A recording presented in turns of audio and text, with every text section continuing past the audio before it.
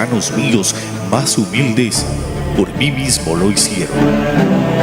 Recordando estas palabras del Señor, Radio Televisión Oriente, Canal 8 del Vicariato Apostólico de Yurimaguas, presenta su programa Canto a la vida y a la libertad. La voz que sale de la cárcel, la voz que se escucha en la cárcel. Un programa dirigido por la Pastoral de la Cárcel. Como miembros de la Iglesia Católica, nuestra misión es anunciar la buena nueva a los hombres y mujeres vinculados al mundo penitenciario. Canto a la vida y a la libertad. Les da cordial bienvenida a esta edición de hoy. Pensar es un deporte de riesgo a día de hoy. El análisis crítico o cuestionarse las cosas, los dogmas, preguntarse el porqué de muchas cosas, no caer en los prejuicios ni en lo que te cuentan, es un deporte de riesgo. Y es que el pensador o las personas que piensan son perniciosas para la sociedad. No interesa que pensemos, no interesa que nos cuestionemos las cosas, porque una sociedad que no piensa es una sociedad manipulable. Porque creo que las personas que tienen la responsabilidad y que son garantes de la información deberían llevarlo a cabo. Y ahora mismo tenemos mucha información, estamos muy cargados de información, pero mucha desinforma. Yo confío en que hay periodistas todavía de rigor informativo que no se dejan comprar y que tienen una idea muy crítica, y que son críticos independientemente de lo que se les ponga por delante. Pero hay mucha gente comprada. Yo soy una fiel defensora también de la filosofía. En los colegios, sobre todo, se la han intentado cargar en muchas ocasiones porque, claro, no interesa que pensemos, no interesa que los niños piensen, no interesa que los adolescentes comiencen a cuestionarse muchas de las cosas que van a ver cuando sean adultos. Independientemente de las ideas que tengamos, que por supuesto pueden ser muy dispares y cada uno pensamos de una manera muy diferente, al menos sí tendríamos que defender un bien común, como la verdad, como la justicia, como el respeto, la dignidad, el honor, que son términos que no pueden encasillarse dentro de una ideología. Forma parte del lenguaje humano. Enciendes la televisión y pongas el canal que pongas, te abruman con muchísima información, pero al final es la misma. Visto desde diferentes puntos, pero es la misma información. No salimos de ese límite de pensamiento, no nos dejan salir de las limitaciones del pensamiento. Estamos resignados a vivir lo que nos hacen creer que queremos. Y pasamos por la vida sin pena ni gloria, sin tener ninguna duda de nada. Y hay que dudar, hay que reflexionar, hay que tener inquietudes, hay que cuestionarse. Hay un libro que creo que todo el mundo debería leer. No son los míos. Hay un libro que es 1984 de George Orwell, que es casi lo que está pasando ahora. El Ministerio de la Verdad, la Policía del Pensamiento. Divide y vencerás, ¿no? Divide y vencerás.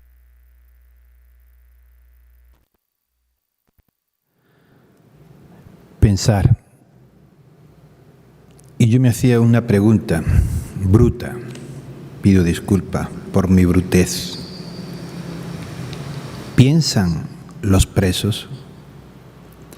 Pero como esa pregunta es muy bruta, la voy a formular de otra manera. Y ustedes, hombres y mujeres encarcelados, creo que me entienden. La pregunta es, ¿qué piensa un preso?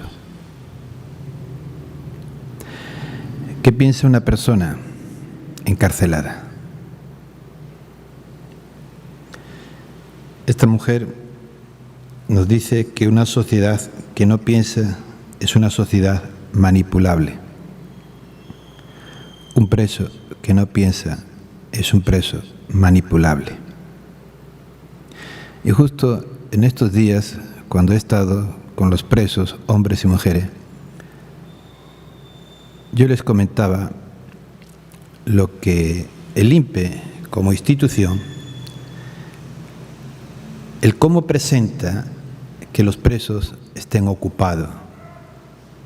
Incluso ese enfoque le dan a la religión. Sí, padre, vengan, que tengan su misa, su rezo, para que estos muchachos no piensen cosas malas. Quieren que ustedes estén ocupados para que no piensen cosas malas. Pero si están tan ocupados, tampoco van a pensar cosas buenas. En definitiva, que no piensen. Sociedad que no piensa es sociedad manipulable. Preso que no piensa es preso manipulable. No interesa que pensemos. Por eso también comentaba que lo que puedo encontrar en este aparatito, tantas aplicaciones supuestamente gratis, son gratis porque no me cuesta la moneda, pero estoy pagando con mi pensamiento. Me tienen entretenido y no pienso.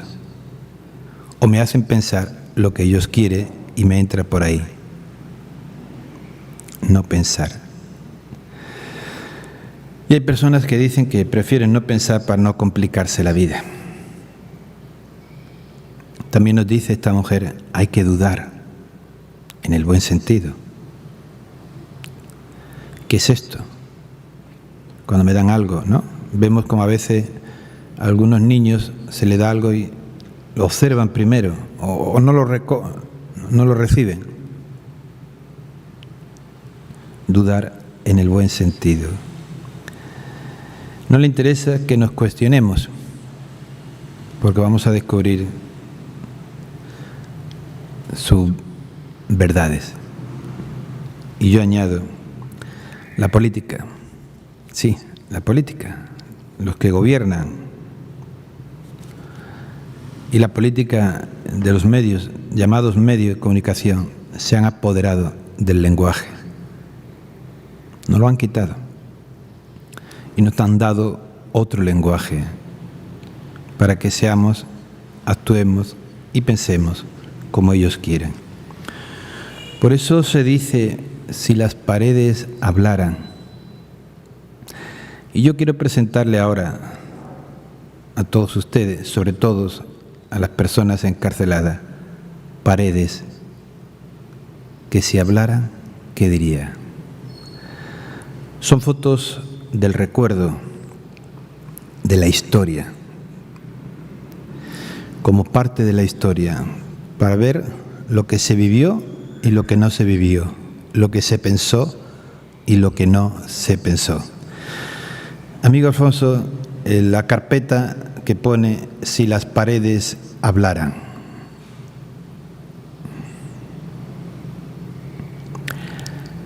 ¿Recuerdan algunos de ustedes esto? Tal vez lo recuerde mejor. En la siguiente foto, Alfonso, por favor. Estas dos fotos son de la cocina, de lo que fue el penal antiguo, la cárcel antigua, antes de la reconstrucción. La cocina sigue estando en el mismo sitio. Por ahí le daban la comida a los presos, por esa ventanita. Siguiente, por favor.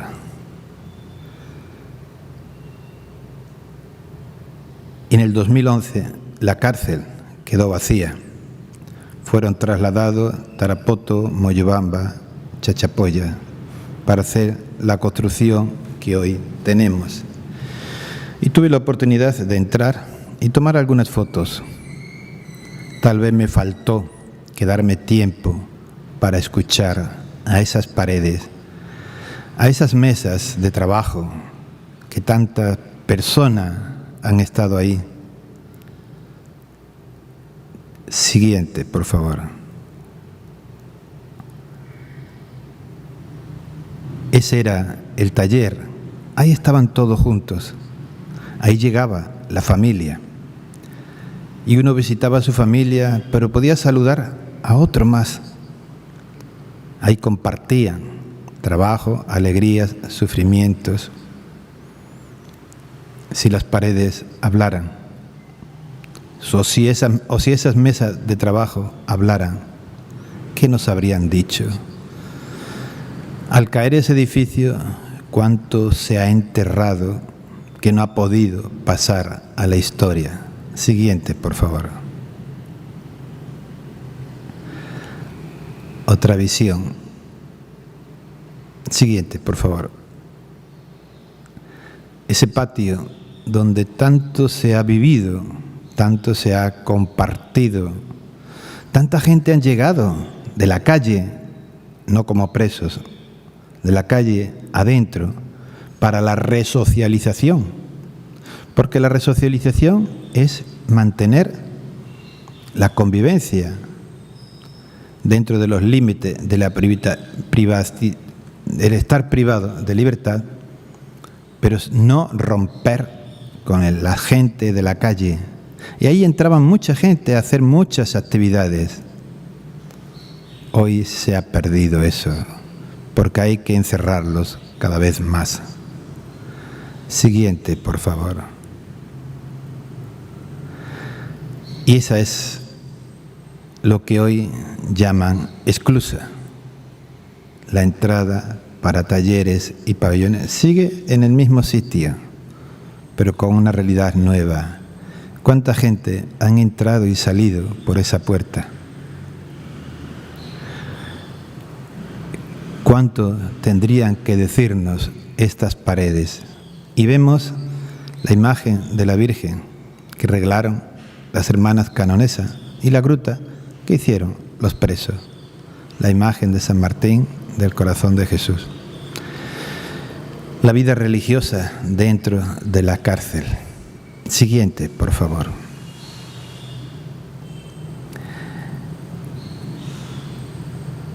Ahí tenemos las celdas.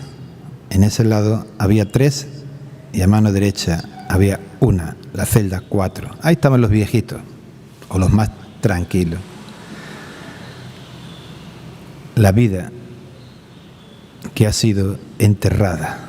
No hay que vivir de esa vida, pero no hay que olvidarla, que es parte de la historia, de las personas que lo vivieron, de su familia y de la sociedad en su conjunto. Si las paredes hablaran, ¿qué dirían? Por eso hay que pensar. Siguiente, por favor.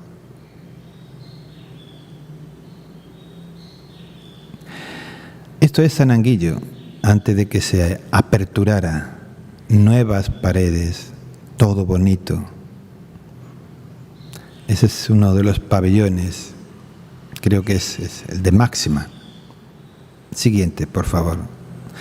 Esa losa deportiva hoy está techada para poder hacer actividades en unas mejores condiciones. Siguiente, por favor. Una de las partes, en una visita que hicimos los agentes de pastoral de Tarapoto y mi persona, antes de que llegaran los presos, para saber, conocer un poco la geografía del penal y situarnos en el nuevo espacio donde se va a realizar la pastoral. Siguiente, por favor. Nuevamente, la canchita que hoy está techada, pero lo que vemos a la izquierda, en esas mallas, hacia adentro, no, a ver, no, ese es el pasadizo. Siguiente, por favor.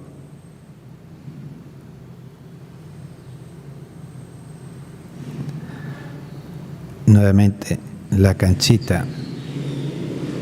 Siguiente. Uno de los patios de uno de los pabellones, sus lavatorios, sus baños, sus duchas.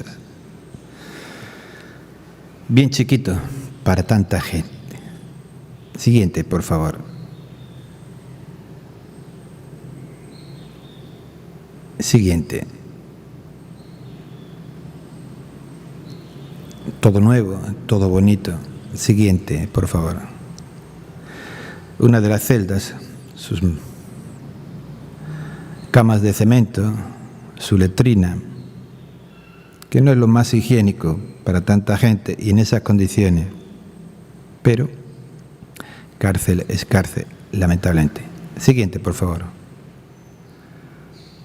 Ahí comprobando cómo se duerme, pero claro, gente que estamos en libertad. Colchones bonitos, todo nuevo. Siguiente, por favor. Hay uno de los baños de otra zona. Siguiente, por favor. Una de los pabellones. Primer piso. Ahí son 3. Siguiente, por favor.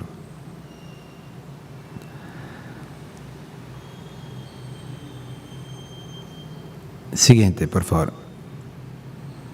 Es zona del personal penitenciario. Siguiente, por favor. Y eso ya hacia la salida. Siguiente, por favor. Ya. Bien, hemos visto las paredes que albergaron por muchos años a mucha gente.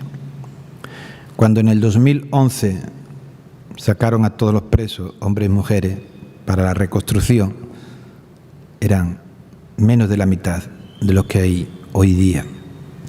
¿Qué ha pasado en nuestra sociedad? ¿Por qué tanto aumento de gente encarcelada? No digo tanto delincuente, digo tanto aumento de gente encarcelada. ¿Por qué? Y hemos visto las paredes nuevas, pero hoy, ¿cómo está ese penal, esa cárcel de San Anguillo? ¿Qué dirían hoy las paredes, después de 12 años, si no me equivoco, que están en funcionamiento? Todo esto es con la idea de que pensemos, de que dudemos en el buen sentido, de que nos situemos bien. Bueno, ahí está lo que está. Sábado 13 de abril del 2024. Saludos para Santa María del Guayaga y otras comunidades que ven y siguen el programa cuando Electro Oriente se lo permite. Si es que la luz llega, los cables llegan, no siempre la luz, y soy testigo de ello. La semana pasada nos llamaba un preso manifestando su inquietud por el tema de la reclasificación. Ahí hicimos ya un comentario. Y el tema de la construcción del techo. Y le di la explicación de lo que yo sabía hasta ese momento. Pero hoy le informo que el techo sigue paralizado. ¿Por qué? ¿Hasta cuándo? ¿Cómo? Esa es la noticia que su familia podrán observar hoy porque ya estarán haciendo cola y ese techo no continúa. Y sí quiero compartir con ustedes un sentir en mi conversa con 2 mamás de hijos en la cárcel. Ahora como un mes, un poquito menos, vino una mamá de Moyobamba. Esta mujer, su esposo, esta familia, tiene 3 hijos en la cárcel. Uno en Chachapoya, parece que sí es culpable, responsable del delito que le acusan. Una hija en Bagua, de alguna manera parece que es parte del delito, pero no sé si todo, según me decían. Y un hijo en Moyobamba mismo, que estaba todavía en proceso, a ver qué pasaba. Una madre con 3 hijos en la cárcel. Pongo la mirada, el sentir o el pensar en la madre. Si los hijos lo han hecho o no, yo no lo sé. En la madre y el padre, porque se tienen que desplazar a visitarlo. Y el segundo sentir también con otra mamá. El lunes me encontré con una mamá en la puerta que venía a traer el economato. Es de fuera, de Yurimagua. Madrugó la señora trayendo cosas y otras que compró aquí. Y serían como las 3:30 de la tarde, cuando nuevamente preguntó al técnico de puerta si iba a entrar el economato. Le dijeron que no. La razón, porque todavía no estaba autorizado. Comprensible. ¿Qué les digo a ustedes, hombres y mujeres encarcelados? Cuando ustedes presentan una solicitud pidiendo autorización para que ingrese algo y le dan el cargo no es la autorización. El cargo es que lo han recibido. Entonces, antes de encargarle a alguien, algo a alguien, asegúrese que ya está autorizado. Porque venir de lejos o de cerca, con lluvia o con sol, esperar en la puerta para que te digan que no está autorizado, duele. Entonces asegúrense, sea su mamá, su papá, su amigo, cualquier familiar, infórmense bien que está autorizado, que en puerta está el documento de autorización para no hacerle esto. A veces, los días martes que ingresa material, hemos coincidido varias personas dentro y algunas no han podido dejar las cosas porque no estaba la lista. Eso incomoda. Y si además es pesadito lo que trae, regrésate otra vez con la carga. Entonces ustedes también tienen que informarse bien. No le hagan eso a sus familiares o amigos. En este sentido canero de la situación de las cárceles, de esa entrevista a José Luis Pérez Guadalupe, una persona que sí conoce las cárceles por dentro y la realidad, tiene el estudio. Los delincuentes son cada vez más jóvenes, pregunta el periodista, y eso también es un problema social. Y sí, cuando yo conocí la cárcel de Yurimaguas en el 99, casi todos eran mayores de 40 para arriba. Hoy casi todos son de 40 para abajo. ¿Puede abordarse desde el espacio penitenciario? No, para nada. O sea, como problema social. Hay tres tipos de prevención. La prevención primaria, que es la que hacemos como sociedad. ¿Qué sociedad estamos formando?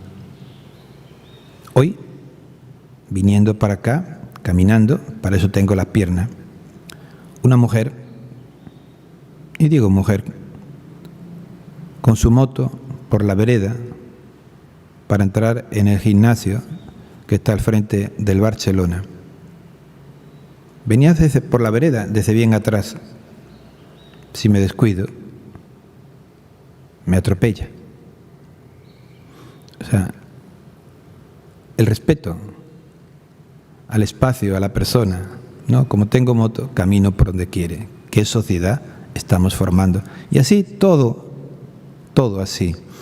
Cantidad de vehículos, incluidos de la policía y del serenazgo, que caminan en la noche sin las luces reglamentarias. Eso es peligro. ¿Qué sociedad estamos formando? Más o menos agresiva, más o menos violenta, que incentiva más la delincuencia o la impunidad.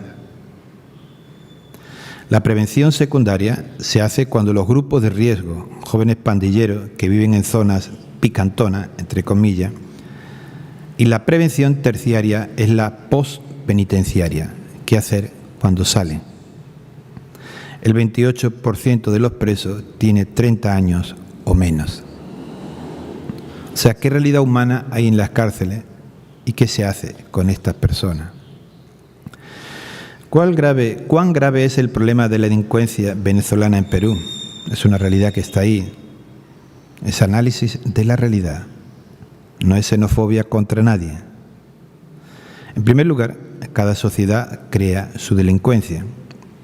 La delincuencia no es ni proviene de una sociedad aparte, sino que es parte de la sociedad. Pensemos, como nos decía el primer video, igual que tus enfermos, igual que tus accidentes de tránsito, igual que todo. La gente cree que la delincuencia viene de Marte. No. Bueno, ahora vienen de Venezuela, un poco, pero es mínimo, el 3%. ¿Qué sociedad estamos construyendo? ¿Tiene delincuencia distintos grados de violencia por país? Sí, claro. La delincuencia en Ecuador es más violenta que en el Perú, en Colombia es más violenta que en Ecuador y en Venezuela es más violenta que en Colombia. Igual que en El Salvador, Nicaragua, Honduras, que no son violentos gratuitamente, sino porque tienen una herencia de guerra civil donde la sangre y las armas son de lo más mortal, herencia. Nosotros, ¿qué estamos viviendo y qué le vamos a dejar a los que vienen detrás? Si dice la mamacha que llama terrorista al que protesta, ¿qué sociedad estamos construyendo? Y le pregunta que aquí también, referido a los 20 años de violencia interna. Nos pasó, sí, en cierta medida con la policía y con Sendero, ¿no? La policía se preparó no para repeler a un delincuente, sino para repeler a un comando terrorista. Después llegó el influjo de nuevas modalidades delictivas, pero hace 30 años no había sicariato, no había marcas, no había casi extorsión en el Perú, no había raqueteo. Y entonces algo cambió, entre otras razones, porque hubo un influjo colombiano. Había uno que otro sicario, pero los sicarios, así, entre comillas, eran los perros de chacra de grandes organizaciones delictivas, sobre todo del narcotráfico. Y es muy el tema es de gota a gota, es muy colombiano también. La extorsión comenzó con los colombianos. El nuevo proceso es venezolano. Los venezolanos manejan básicamente dos áreas: trata de personas y extorsión. Y esto está en la prensa.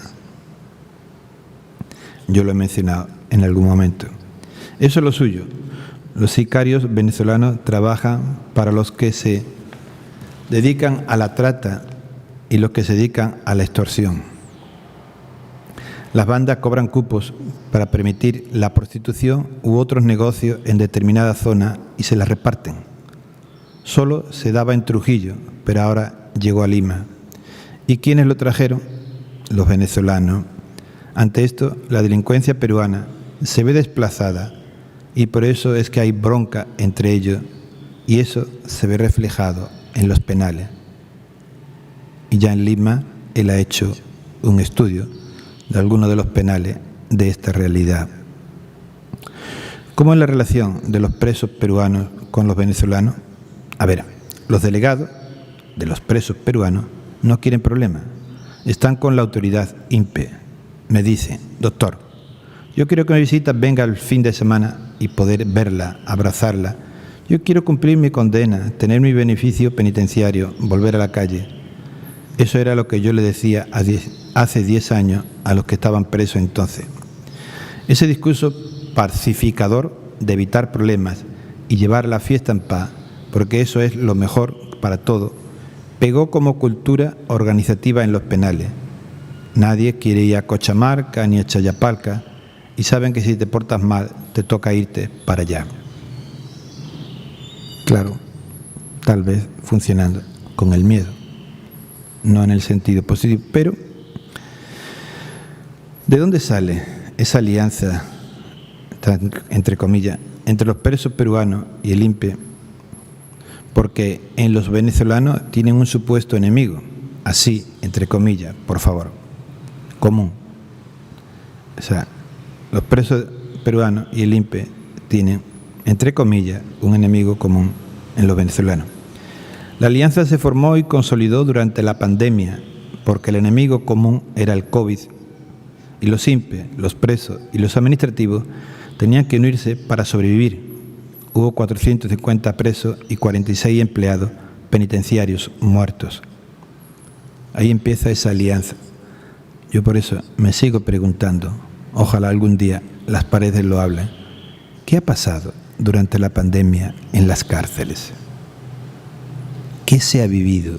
¿Cómo se ha vivido?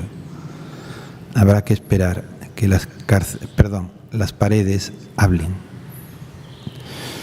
Este es un análisis. Continuaremos compartiendo esta reflexión para que veamos lo que hay dentro, sepamos lo que hay dentro, entendamos lo que hay dentro, que mañana va a salir a la calle, porque ayer de la calle entró en la cárcel. Es una realidad social. Si no nos situamos bien, no le vamos a poner solución. Y termino con un comentario para pasar a unas fotitos sobre los hospitales. Por tener conocidos en ambos hospitales, Santa Gema y E-Salud, he conocido dos realidades que les comento. Hospital Santa Gema tiene más personal de seguridad que la cárcel. Cada puerta 2, en los pisos, iba a decir pabellones, pero casi. También hay, y bueno, un control en el sentido negativo de la patada. Lo último que me pasó, llego a puerta, en esa reja, yo fuera, el guachimán dentro. Mi respeto a los guachimanes si están cumpliendo lo que le he dicho. Por tanto, mi crítica va a la dirección o a quienes hayan dado esas normativas. Yo fuera, a quien va a visitar, doy el nombre. Por el radio eso se comunican al piso correspondiente. Tiene visita y me toca esperar a que la visita baje del cuarto piso. ¿Dónde me toca esperar? Ahí en la puerta de la reja, con todo el sol.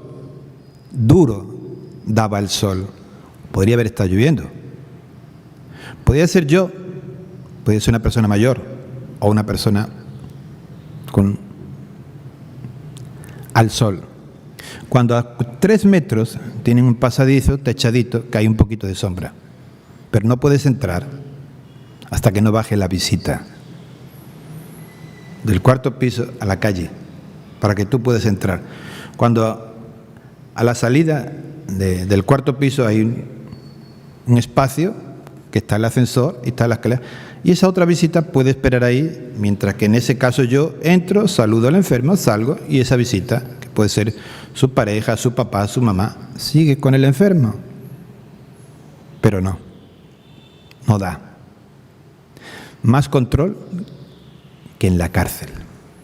Y esto significa un trato inhumano, un maltrato a la persona. Tienen que cambiar el sistema.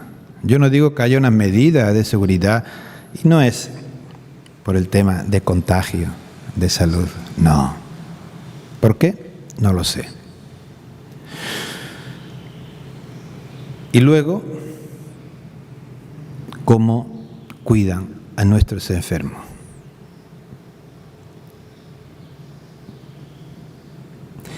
No te dejan entrar, pero como el perro del hortelano.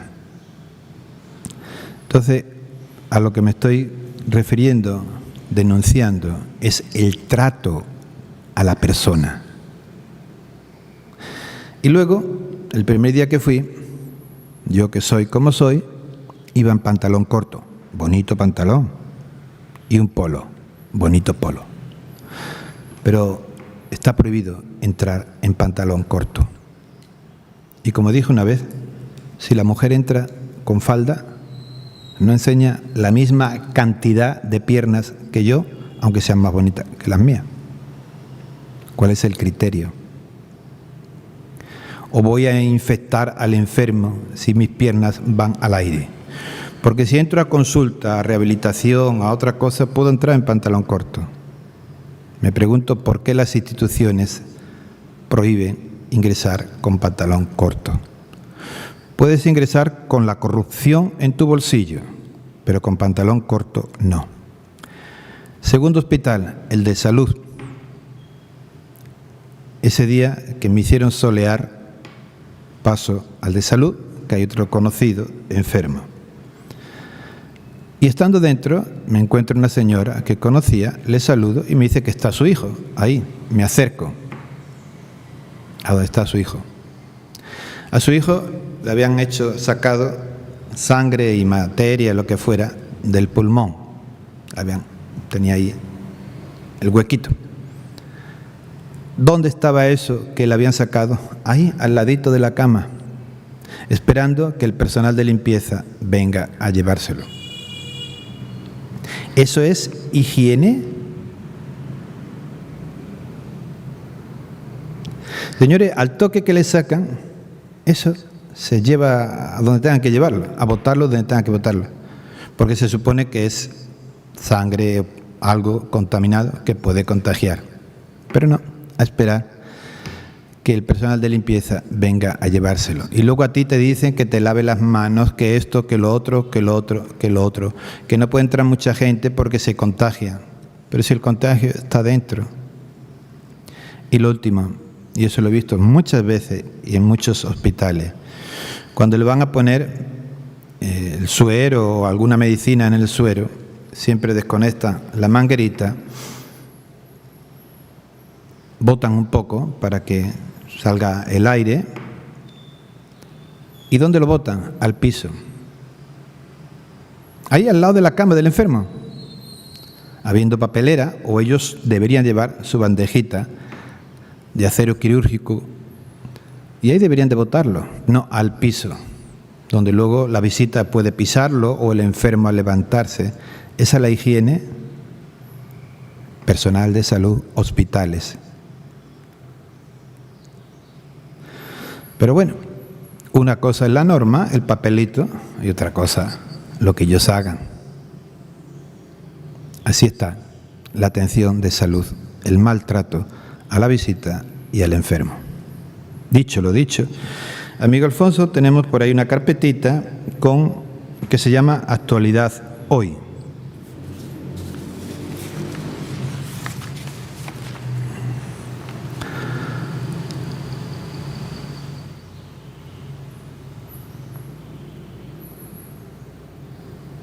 Ese es un comunicado del Extremo Oriente y no le estoy haciendo propaganda, pero de camino.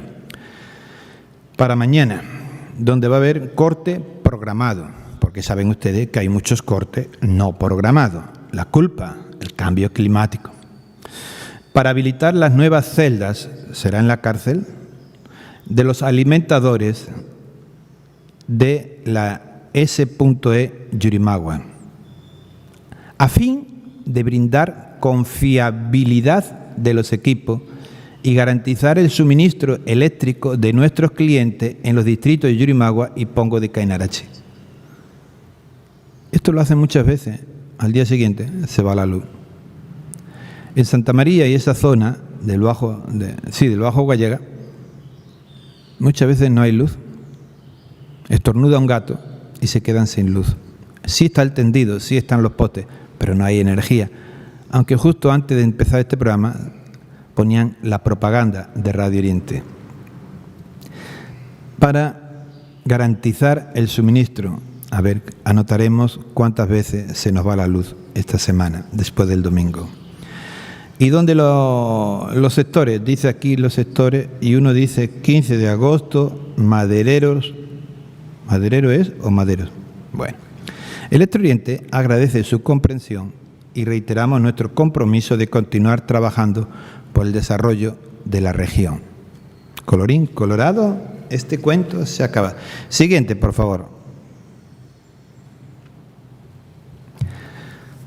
Algo que pasó a la historia en muchos países. La calle, lugar de convivencia, de juego pacífico. Los niños gozaban, los mayores o no tan mayores disfrutaban del periódico, de la conversa, pero lamentablemente ya es historia y casi olvidada, y por muchos no conocida, porque hoy, si nos sentáramos en la puerta, ni sabría quién estará a mi lado, porque mis dedos pulgares estarían ocupados.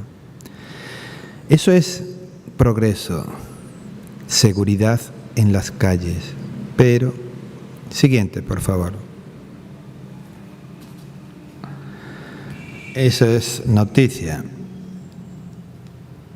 Señores, si quieren comprar terreno, ya hay mucho terreno vacío porque el planeta empieza a vaciarse. No sabemos de qué, pero bueno, es pronóstico, ¿no? No va a haber gente. Parece que se van a quedar ellos solos, nosotros no. Esto es de Condorito. Siguiente, por favor. Igual, ¿no? ¿Cómo enfrentar esta problemática? Sí, porque es terrorífica. Han hecho todo lo posible para que no nazcan gente y ahora supuestamente les preocupa. Condorito, Condorito. Hay que reírse un poquito. Siguiente, por favor. Y ahí están, dos grandes amigos, Carlos Marx y Jesús. cada uno con su filosofía. Interesante, ¿no? Jesús multiplicó los panes, no los pobres. La política multiplica a los pobres y nos robas los panes. Siguiente. Bueno, ahí está. Puedes poner derecha, izquierda, rojos, amarillos, azules, el nombre que tú quieras, pero expresa bien la realidad política que hoy estamos viviendo. Siguiente, por favor. Y aquí el amigo Fabián nos lo dice muy claro. Mientras nos quieren meter en una pelea, dejamos de mirar a donde tenemos que mirar. Como decía antes, el primer vídeo, no quieren que pensemos. Por eso nos entretiene. Siguiente, por favor. Sí, interesante, ¿no? Todo se soluciona con dinero. ¿Cuántos millones en armamento están dando para la guerra de Ucrania-Rusia, Israel-Gaza? Porque todo se soluciona con dinero que va a sus bolsillos.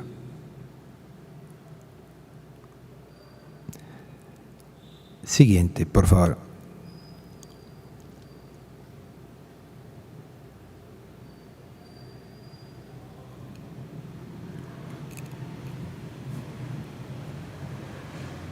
¿Queda alguna más?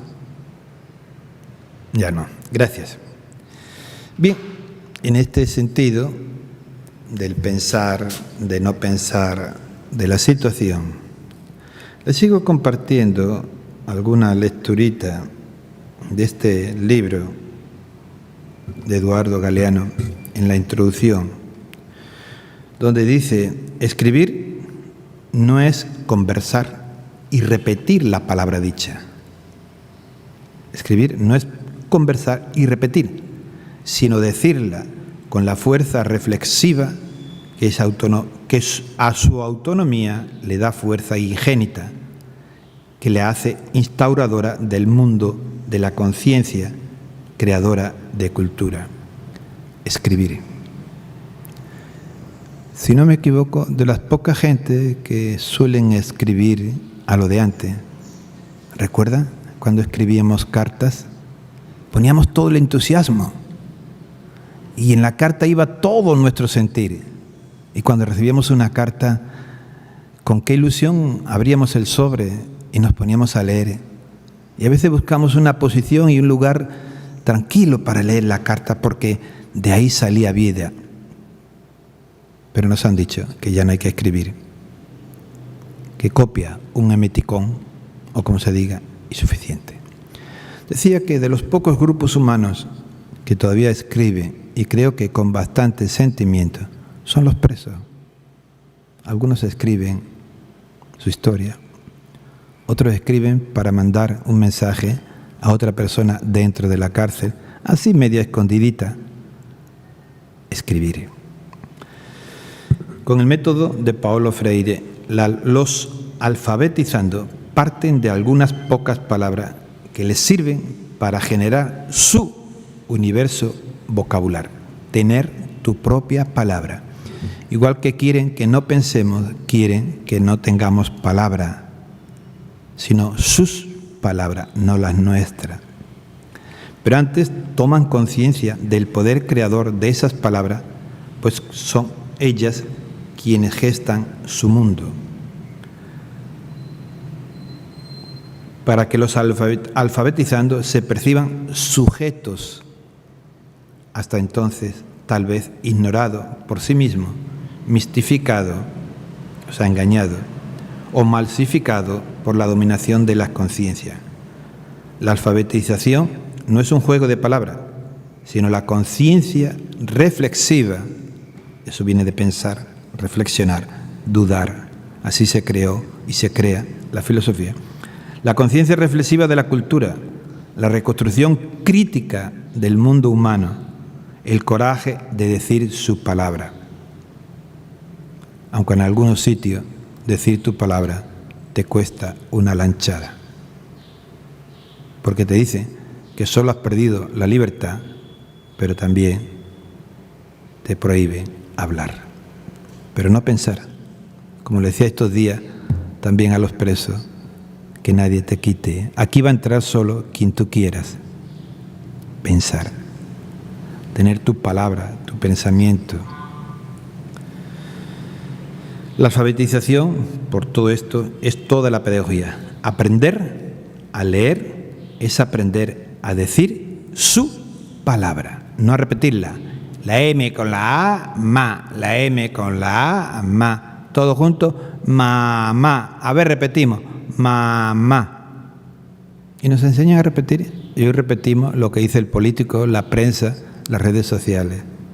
Pero aprender a leer es aprender a decir su palabra, tu palabra. Palabra que dice y transforma el mundo. Decir su palabra equivale a asumir conscientemente, como trabajador, la función de sujeto de su historia.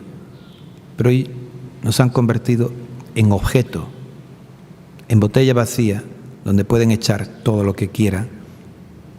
Y la botella simplemente está ahí. Decir su palabra equivale a asumir conscientemente, como trabajador, la función de sujeto de su historia en colaboración con los demás trabajadores, el pueblo. La educación como práctica de la libertad, no de la repetición. Repito, 1 más 1 es 4, perdón, 2. No sé si habrá cambiado.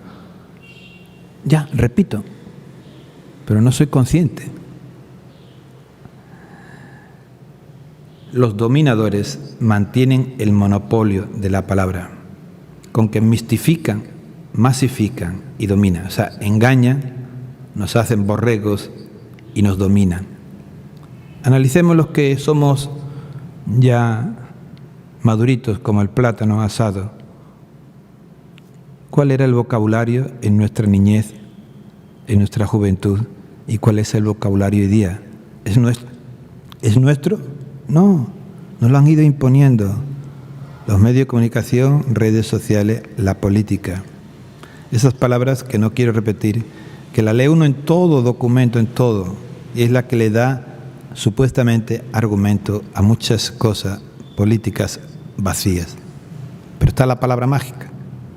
Y hemos perdido nuestra propia palabra, porque tal vez hemos perdido la capacidad de pensar. Los dominadores mantienen el monopolio de la palabra, con que mistifica, con que engaña, masifica, nos hacen borrego y dominan. En esta situación, los dominados, para decir su palabra, tienen que luchar para tomarla, sobre todo en la cárcel.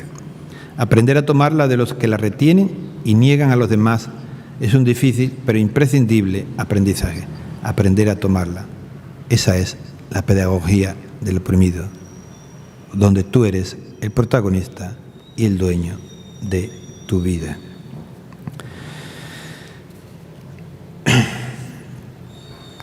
Bien, en ese sentido, un video que creo que puse alguna vez, tiempitos atrás, cuando estaba de moda por todo esto de la palabra, pero analizándola ahora en el tiempo, me he dado cuenta de algunas cosas. Amigo Alfonso, canta por el clima, creo que está ahí.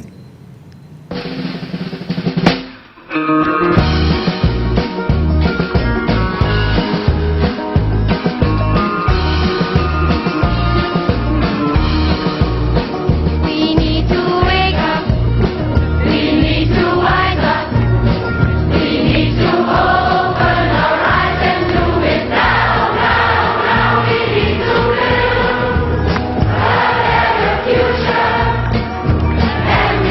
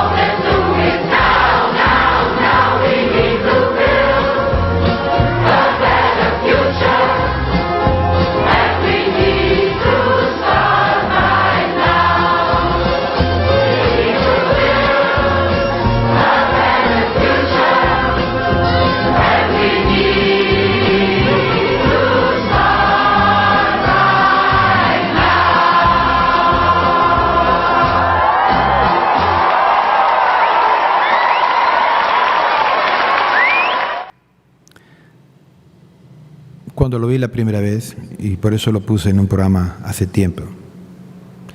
El mensaje, sí, hay que empezar juntos, ellos, nosotros. Hoy me pregunto quién ha hecho este video. Me gustaría saberlo. Si han hecho los que tienen esa conciencia, lo han hecho gente tipo la Gruten Venter, esa niña de las trenzas, no la Pipi Lastro. Pipi Lastro es un encanto. Esa niña de las trenzas. ¿Para qué? Para hacernos creer que sí, hay un problema y que hay que solucionar. Como decía antes uno de los WhatsApp de Fabián, todo con dinero. Ellos crean el problema y luego vienen como salvadores, pero los salvamos nosotros porque nos quitan nuestro dinero, nos quitan nuestras libertades. Y así es todo. Ellos lo hacen por nuestro bien. Vamos a entenderlo aquí. Lagunas, Pacaya, Samiria. Está declarado no sé qué cosa, protección, supuestamente del Estado o no sé si a nivel mundial. Pero si están sacando madera de forma ilegal y llamas a quien corresponda, te van a decir que no hay presupuesto. Entonces los estados se van acaparando de los terrenos por una supuesta protección. La gente nos vamos olvidando, porque ahí no se puede entrar, nos vamos olvidando de ese terreno y cuando un día despertamos vemos que está lleno, vamos a llamarle, de negocios. Porque mientras que nosotros dejamos de mirar a ese lugar, han ido entrando los invasores legales de la corrupción de los gobiernos. Y despierta, y eso ya no es nuestro. Ahora hay que pagar por entrar. Ya no es lo que era cuando nos dijeron que era un lugar protegido. Algún día nos vamos a llevar una sorpresa con el famoso Cerro Escalera. Y así en tantas cosas. Entonces nos quedan el problema y vienen como salvadores. Y lo salvan restringiéndonos. Por ejemplo, tenemos un problema con la energía y quieren usar la energía solar. Pero como la salvación de todo, porque menos contaminación, menos cambios climáticos. Pero, y lo digo porque soy testigo de aire y de tierra. En mi tierra, hectárea y hectárea y hectárea y hectárea de zonas ganaderas y agrícolas, hoy son sembríos de paneles solares. ¿Qué vamos a comer? ¿Un bistec de panel a la plancha? ¿Por qué hacen esto? ¿Quiénes son los dueños de esa energía? ¿Cómo se han adueñado de lo nuestro? Se han adueñado del sol. Y eso está llegando a Perú.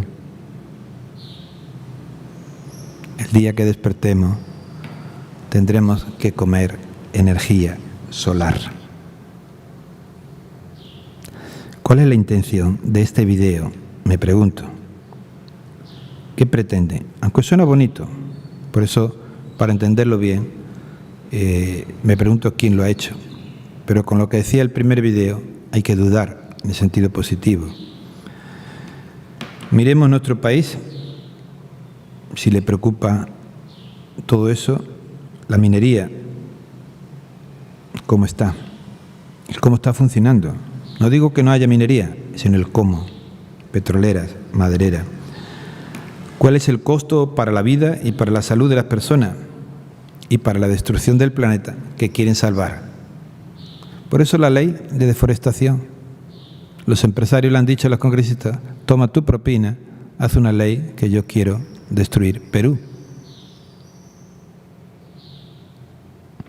Nuestro río es contaminado.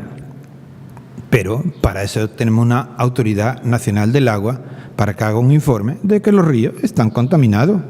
Y tenemos un montón de gente, un montón de oficinas, un montón de sueldos para que nos digan que los ríos están contaminados. Cosa que sabemos somos todos. Pero tenemos que poner los salvadores del mundo. Solamente una cosita, para no pasarme en el tiempo. La República del domingo, día 7 de abril del 2024. En la portada, en chiquito, el ejército busca adquirir costosos cohetes turcos. Si nos vamos a la página correspondiente, nos dice, gobierno asignó 229,5 millones al ejército para la adquisición de un sistema de cohetes. Uno lee la noticia y todos son de corto alcance. Me imagino que será como para que desde el Palacio de Congreso llegue la bomba al Palacio de Gobierno, llegue la bomba al Congreso. Corto alcance. Me imagino que será algo así. 229 millones. Pero en el plan de inversión del sector defensa para 2024 se destinarán 590 millones de soles. Y para esto, para comprar armas para la paz, me imagino, ¿no? Para que estemos en paz. 229 millones,5. Pero luego hay hambre, desnutrición, no hay para colegio, no hay para salud, no hay para agua, no hay para desagüe, no hay para luz, no hay para carretera, no hay para trabajo, pero sí hay para que nos matemos. ¡Viva el Perú, carajo! Gracias, amigo Alfonso, en la Radio Producción de Oriente. Gracias, amigos todos, que tengan buen día, que Dios me los bendiga. Hasta el próximo sábado. Díganles esto, el Señor está dentro con ellos. También Él es un preso aún de nuestros egoísmos, de nuestros sistemas, de tantas injusticias que son fáciles para castigar al más débil. Pero los peces gordos nadan libremente en las aguas. Ninguna celda es tan aislada como para excluir al Señor. Ninguna. Él está allí, llora con ellos, trabaja con ellos, espera con ellos. Con estas palabras del Papa Francisco, nos despedimos del programa. Canta la vida y a la libertad. La voz que sale de la cárcel, la voz que se escucha en la cárcel. Mil gracias a cada uno de ustedes por sintonizarnos. Será hasta la próxima.